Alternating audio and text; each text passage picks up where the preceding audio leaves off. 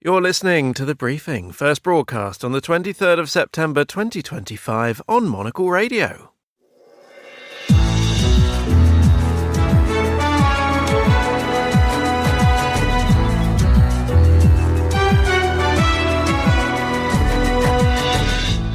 Hello and welcome to The Briefing, broadcasting to you live from Monocle Studios here at D90 in the Seyfeld in Zurich. I'm Tom Edwards.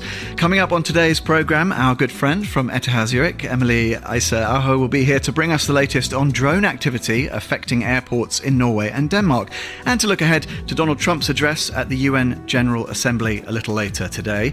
Plus, London Fashion Week wrapped last night. Before the roadshow heads for Milan, our fashion director Natalie Teodosi is standing by. What have you learned in London this week, Natalie? Thanks, Tom. This week showed that London is regaining momentum with a whole new generation of young designers and Burberry returning to Hyde Park and ending things on a high. More from Natalie on the way later. And another big name weighs in on one of the other definitive issues of this, or frankly, any other day. Leaf blowers need to be eradicated from the face of the earth. 100% agree. Kate Blanchett is certainly clear, but will Zurich residents follow her advice? All that and more ahead here on The Briefing with me, Tom Edwards.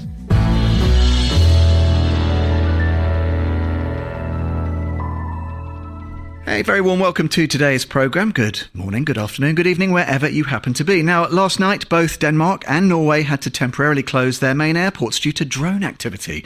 What has been occurring? Well, for more on this, and to provide his take on what may happen at the UNGA a little later today. In New York City, it's a delight to welcome back to the programme Emily Aho, Programme Coordinator for Peace Mediation at ETH Zurich. Welcome back, Emily. You chatted to us last night. We're speaking again. What do you make of these drone incidents over key airports in Copenhagen and Oslo? It's grabbed everyone's attention. What do you make of it? No, absolutely. Very interesting events unfolding, and some of the details are still unclear. And we all keeping our eyes on the news. But Danish officials have said that there were a few unidentified drones that were flying around the Kastrup airport in Copenhagen, and the same happened in Oslo, causing both airports to shut down for a number of hours. They've been since reopened, fortunately. According to the Danish officials, these drones were flown in a relatively professional way. They were able to turn their lights on and off and showcase a very deliberate flight pattern, which seems to indicate or suggest that there's a capable operator, quote unquote, behind these drones. They're obvious candidates, but we don't know quite yet. The Danish Prime Minister, Mette Frederiksen, has said herself that she would not point fingers at this point, but she did say deliberately, said that she would not rule out that it is Russia indeed behind these drones, having pointed to also Poland, recent events in Romania and Estonia as well. We just ironically yesterday had in New York a special session on the violation of Estonian airspace at the level of the Security Council. So a lot seems to be happening. And Emily, if let's for argument's sake assume that maybe this is our friends, that the action is maybe coordinated out of Moscow. What is this exactly? A shot across the bows, a little nudge, whilst attention is over the pond at UNGA this week, lots of pronouncements about the future of the Ukraine conflict. A little reminder about the capacity to meddle, perhaps? I know we're speculating, but let's speculate. Well, let's speculate. Indeed, it could be a showcase of your power. It could be also to point to some of the difficulties that the European states have when it comes to defending and countering these drones. So pointing to those, let's say, fragmentations in our defense system. And then I think it points to a broader issue, which is, and we've recently heard at the level of the EU calls for the establishment of a drone wall, if you will, in Europe. These are very difficult to defend against. There's a cost symmetry. So whereas a drone can cost, a few €100 or a couple of thousand, our traditional air missile defense systems are hundreds, thousands of euros. So they're using them in these situations is very, very inefficient. But also drones can fly very low and they're hard to detect, making them, again, all the more difficult to identify. So there are a lot of concerns. Are we really capable or do we have the adequate capacities to defend ourselves against these drones? Super interesting. Let's talk a little bit about the United Nations General Assembly. We were talking about this last night. Indeed, the 80th edition, of course, underway in New York City. Mr. Trump will be speaking in, I think, 2-3 hours' time. I won't ask you to speculate as to what he covers, because one imagines it'll be a free-flowing speech. But look, give us the backdrop. You know, Israeli tanks continuing to roll through Gaza City. There's no question that, I guess, along with the climate crisis, Gaza is the main issue in town this week in New York City. What do we need, hopefully, to hear from him, Emily, to give everybody, stakeholders there and elsewhere, food for thought? Thank you for the very unforgiving task of trying to decipher, interpret what President Trump might say. No, a couple of points. I think first and foremost, he will very deliberately criticize those states that have recently chosen to recognize the state of Palestine. However, there's a little bit of nuance there. Of course, it is in the interest of Trump, both personally, but also his government, to maintain good relations with states, not least Arab states in the region. So looking for some cues, whether they are indeed taking a slightly tougher stance on Israel. So I'd be paying attention to that. Secondly, is the UN itself. It is in this soul-searching moment where there have been massive budget cuts, not least by the US, in terms of their foreign aid, but also the US withdrawing from agencies like the World Health Organization. So it is clear that Trump wants a leaner, more stripped-down version of the United Nations. But what does that exactly mean? I would be looking for some cues. Again, whether those cues will be there remains to be seen. But as Andrew Miller mentioned yesterday on The Daily, it is not in the full interest of the US to do completely away with the governance system within the United Nations. The US enjoys a highly privileged position in that it is one of the permanent members of the Security Council that comes with veto rights. So again, while they want to see a leaner version of the United Nations, I don't think Trump wants to do away with the system altogether. Emily, let me just ask you a little bit about Palestinian statehood. That's been a huge issue. Obviously, President Macron of France made his pronouncement yesterday, with the UK also following suit. Questions about whether your fellow countrymen, your fellow Finns will do the same. It maybe seems a little unlikely. But just on the sort of principle here, this is not it's not a semantic argument. It's not pure symbolism. What do you say?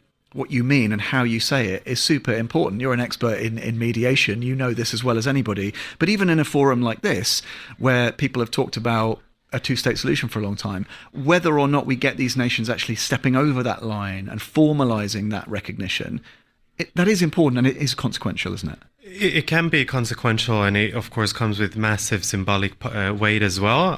But you're right. If you look at the world map, actually, there's a significant number of countries that have recognized the state of Palestine. I think we're around 80% of UN member states. But you have a few obvious ones that haven't. The US, Japan, Germany. But if you look at, as you alluded to, the Nordic countries as well, 2 out of 5 haven't, namely Finland and Denmark. And in both cases, the Denmark and Finland are committed to the two-state solution, which by definition comes with the eventual recognition of the state of Palestine. Now, in both cases, the leadership has said that it's a question of when rather than if, but there seems to be political momentum and pressure to bring that when a bit closer to now.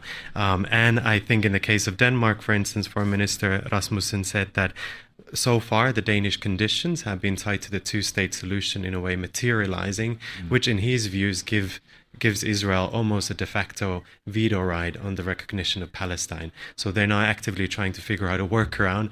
How could those conditions be rethought, redesigned in a way that the full decision-making power in terms of changes is in the hands of the Palestinians themselves? Emily, great to get your insights. Thanks for keeping an eye. We'll check in with you once Donald Trump has spoken, I think a little later. That was Emily Issa Aho. Let's cross back to London. Our Carlotta Rebello is there. She's standing by with the day's other news headlines. Thanks, Tom. Israeli forces are continuing their ground offensive in Gaza City, with tanks now present in the city centre. International pressure is ramping up on Israel over the unfolding humanitarian crisis in Gaza and settlement building in the West Bank. It comes as Donald Trump will address the UN General Assembly today. It is the first time he will attend a general debate since 2020.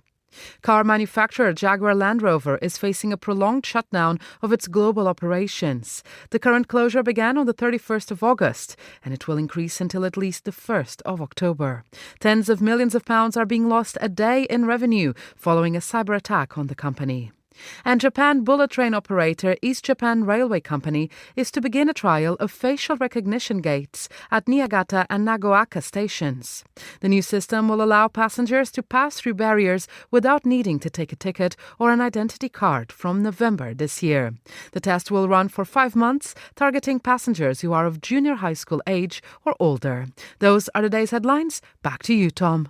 Thank you very much indeed, Carlotta. It's 13:10 in Milan, 10 minutes past noon in London, and it is back to London we head next. London Fashion Week has just wrapped up with Burberry show last night before all eyes are trained on Milan for the next stop in a always busy calendar. What did the watchers there make of the show, and what is on the agenda next? Well, I'm delighted to say I'm joined now from our London studio by Monocle's fashion director, Natalie Diadosi, who was there last night. Good afternoon, Natalie. What did you make of the show? Give us your first reactions. Hi, Tom. I had a great time last night. I think everybody was so happy to see Burberry return to Hyde Park and to set up their tent there. I've always watched it for years under Christopher Bailey, and it was such a London moment. And so it was quite symbolic, and everyone has been talking about a comeback. And I think that really solidified it. It was a big crowd. And I think Daniel Lee is finally having a lot of fun with the collections, a lot of 60s inspirations, a lot of color. He's not what we were expecting, but I think it's nice to see designers have fun again.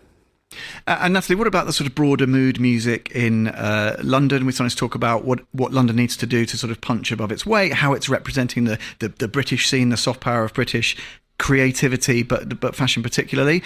Good vibes? I don't know, after a few days, what are your reflections? Really good vibes, and it's been a while, so everyone was really happy to see the change. I think the story is slowly but surely changing. I think for a few seasons now, we've been talking about the impact of Brexit, of COVID, of all the designers decamping to Paris and Milan.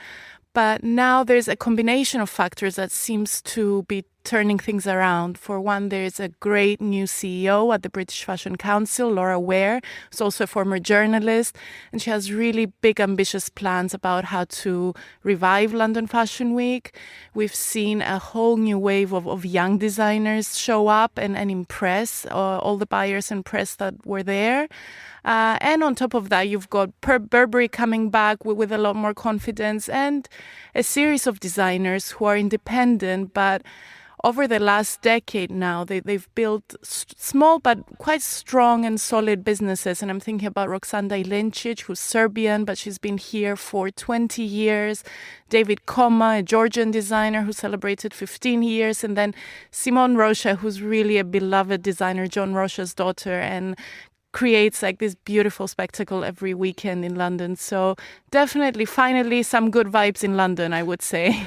Well, and cyber attacks notwithstanding, presumably you'll be heading out of Heathrow over to Milan, Natalie. Just quickly, what are you most looking forward to in Milan? There's so many potential headline makers. What's on your radar? Exactly. There's already headlines being made with Demna, the new creative director of Gucci, releasing his collection online for everyone to see yesterday. But I'm really looking forward to this weekend in particular, with Louise Trotter making her debut at Bottega Veneta. And then on the Sunday evening, there will be a celebration for Giorgio Armani. Wonderful stuff, Natalie. Thanks. Good luck on your travels. We'll hear from you in Milan. You're listening to The Briefing here on Monocle Radio.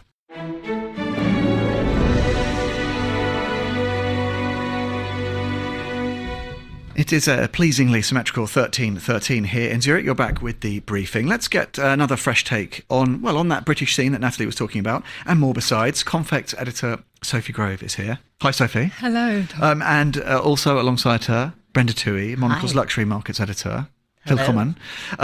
Now, a sharp and fragrant take promised. We'll get to that in a second. So if you just to pick up on that, it was interesting that Natalie flagged this point about bringing in a proven storyteller to help drive the British scene, and how that's helped to re-energise.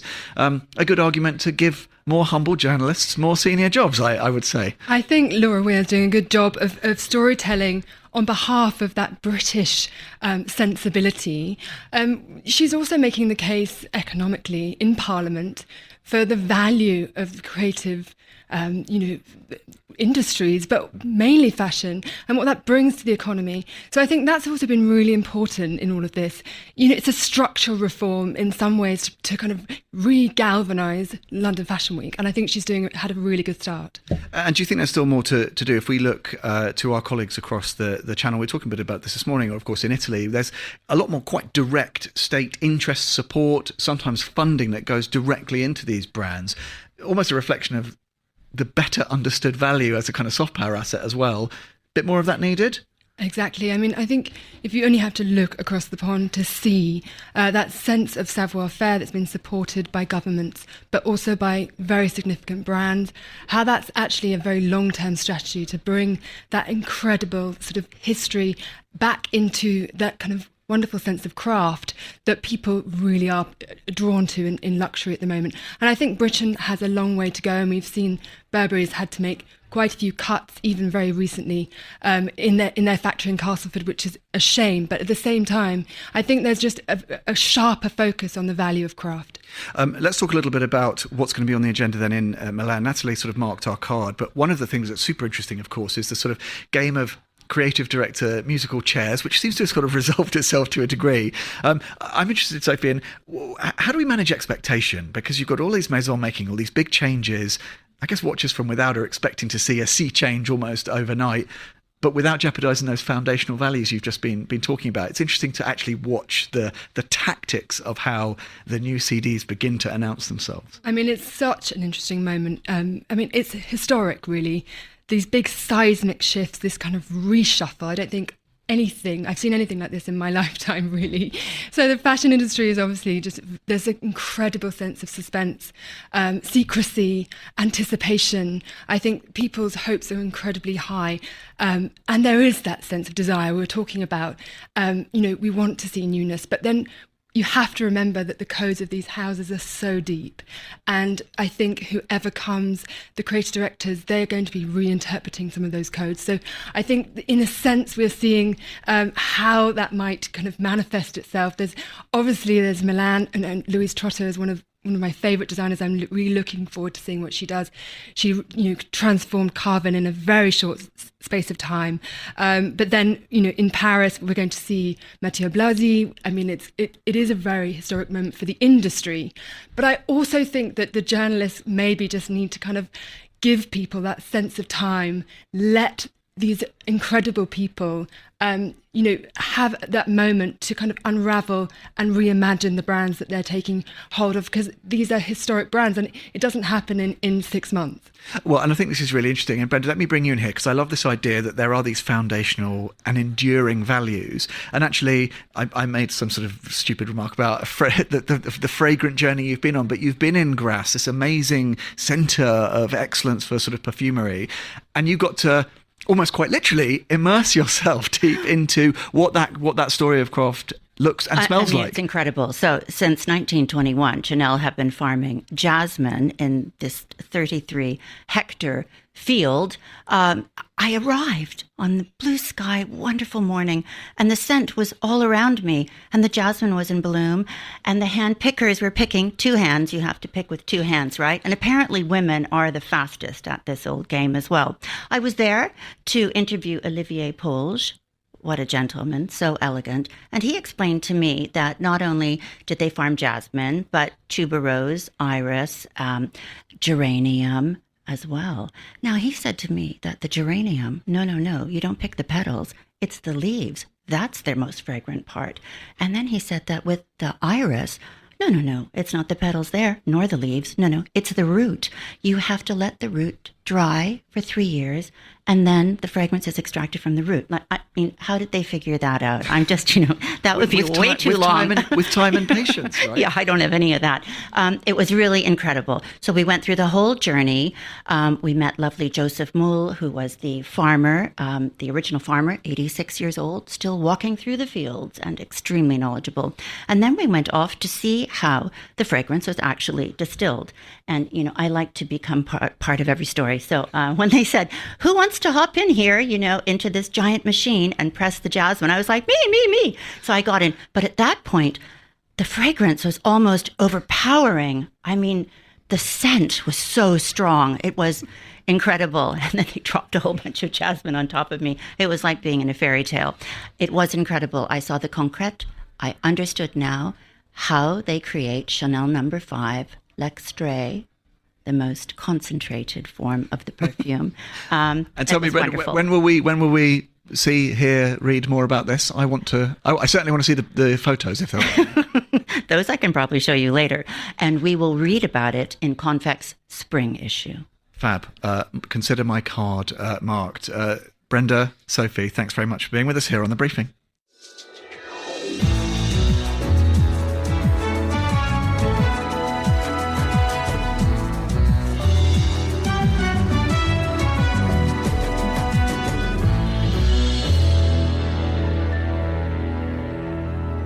It is 20 minutes past 1300 here in Zurich, 8:20 a.m. in Sao Paulo. LATAM is closing in on buying 24 Embraer jets for $2 billion with options for 50 more to expand its routes across South America. Well, for more on this, I'm joined now from London by Monocle senior correspondent Fernando Augusto Pacheco. Good afternoon to you, Faye. Look, this is a super interesting story. Embraer, hugely well-regarded airframer, but now properly working with a Brazilian airline. This is a story we almost should have been telling before, right, Faye? Absolutely, Tom. It's a huge deal, because, Tom, I'll tell you a story. Every time I go to Brazil, I'm from São Paulo, but I love to go to Rio. And then I'm always surprised. I'm not actually in an Embraer flight. I'm either Boeing or Airbus. And it's surprising that LATAM doesn't have any Embraer, aircraft among it. There are many, many planes, but that's changing. So basically, LATAM closed the deal. So they are actually buying 24 Embraer planes for about $2.1 billion. But there's an option as well to buy another 50, which is, quite remarkable. So what's happening here, Tom, I think, is not just, of course, this is a business deal. I don't think they're necessarily buying because it's a Brazilian plane maker. It's just that they make good planes. But the Brazilian government I think they're intensifying the argument, saying, you know what, more Brazilian airlines should be buying Brazilian planes, especially when we have Embraer just around the corner there in São José dos Campos. Well, Faye, just briefly to that point, will we see others following suit? We've got the likes of Gol Azul. Will they be buying Brazilian-made aircraft? I know that the share price of Embraer jumped, and obviously Embraer, like so many others, are wrestling with US tariffs, a key market for them. The domestic supply line could be critical, right, going forward? Absolutely. We can speculate here. Lula's minister, of course, they're saying that other airlines should follow, and I think they will. And to be fair with Azul, they have some Embraer aircraft among their many planes. But I think they're starting to look out for more options. And the thing is, Tom, at the moment, the airline industry in Brazil, it's kind of booming. The number of passengers keep on growing. But at the same time, which is quite weird, but a lot of those airlines, including LATAM, they had some financial difficulties because of fuel prices, among other reasons. But I think the worst is gone. So I think there's a slightly kind of brighter future ahead in the next, in Q4, in 2026. So LATAM, for example, besides announcing this deal to buy 24 planes, they're also saying they're adding 35 new routes to their already 160 ones as well. So it's quite interesting. And I think Brazil needs that because during the pandemic, the reality is, as I said, that the number of passengers is booming, but Brazil somehow became less connected. So the airlines, they focus on São Paulo, Rio, or to the big capitals. But some smaller cities, they were completely forgotten. And sometimes the only actually, route that they had from the city was kind of cancelled. So I think the Brazilian government is also looking into that because it's booming, but somehow it became less connected. So we kind of have to fix that, right? And the first steps sound like they're being made. Fernando, thanks for making sense of that story for us. That was our senior correspondent, Fernando Augusto Pacheco, joining us from back in London.